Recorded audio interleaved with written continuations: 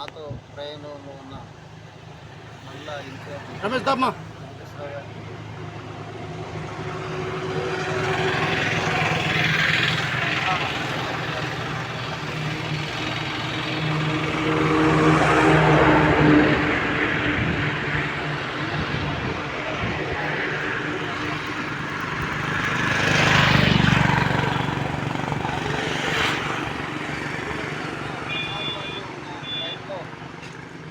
మందాక్షమాది గారు 1994 జూలై 7న ఆయుర్వేద పోరాటంకి ఉద్యమాన్ని స్థాపించి అంచెలంచెలు ఎదుగుతూ ఏబిసిడి వర్గీకరణ సాధించడమే కాకుండా వృద్ధుల వితంతులు పెన్షన్ పెంచే కాడ అదేవిధంగా వాటా బియ్యం 4 కేజీలు ఇస్తుంటే 4 కేజీలు సరిపోని చెప్పి ఆకలి కేకల పాదయాత్రతో మమ్మల్ని అందరినీ కూడా ఉద్యమంలోకి తీసుకొచ్చి ఈ రోజున 6 కేజీలు వాటా బియ్యం తీసుకున్నట్టే మందాక్షమాది గారు పోరాట ఫలితం. అదేవిధంగా గుండె జబ్బుల చిన్నారులు మరి పెట్టెలు రాలినట్టు రాలిపోతుంటే వాళ్ళని కనీసంగా లక్షలు ఖర్చు పెట్టి మరి బ్రతికించుకోలేని పేద కుటుంబాల కోసం అన్నగారు పోరాటం చేసి ఈ రోజున ఆరోగ్యశ్రీకి సృష్టికర్త కూడా మందాక్షమాది గారు అనేందుకు చాలా గర్వస్తున్నాం.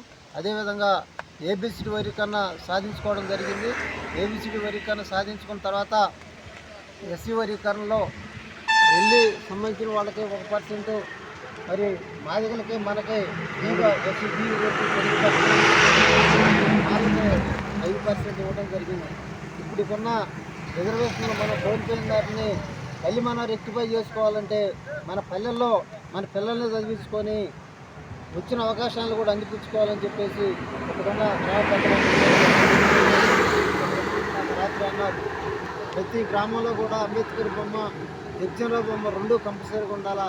ఈ గ్రామంలో టెగిలిపల్లి గ్రామంలో కూడా ఈ 2 విగ్రహాలకి ఇక్కడున్న పెద్దలు మరి కన్నయ్య గారు కానీ, వెంకటేశ్వర గారు కానీ, తర్వాత గురవయ్య గారు కానీ, రామరావు గారు కానీ, మిగతా పెద్దలందరూ కూడా ఆలోచన చేసుకొని ఇక్కడ అంబేద్కర్ గారు, జగ్జన్రావు గారి 2 జన్మలు కూడా పెట్టి యొక్క జ్ఞానం స్మరించుకోవాలని చెప్పి మనం చేసుకుంటూ ఈ కార్యక్రమానికి మరి అవకాశం ఇచ్చిన కోట ప్రసాద్ గారికి, నల్లగడ్డ ఎంసీలు, ఇక్కడున్న కన్నయ్య వీళ్ళందరూ కూడా మరోసారి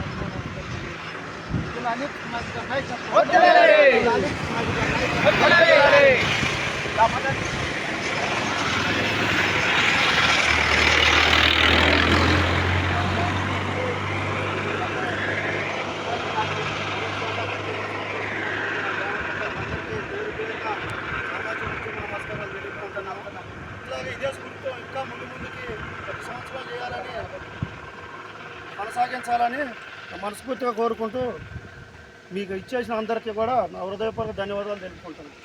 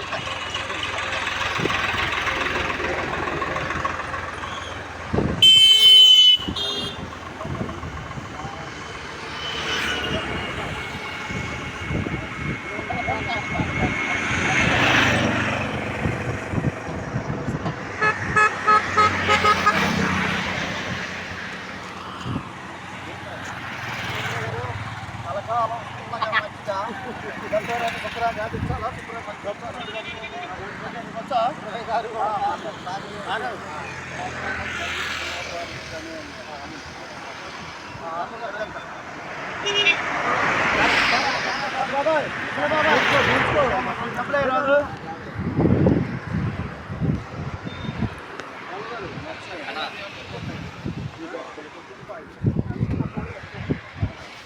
ఏమైందండి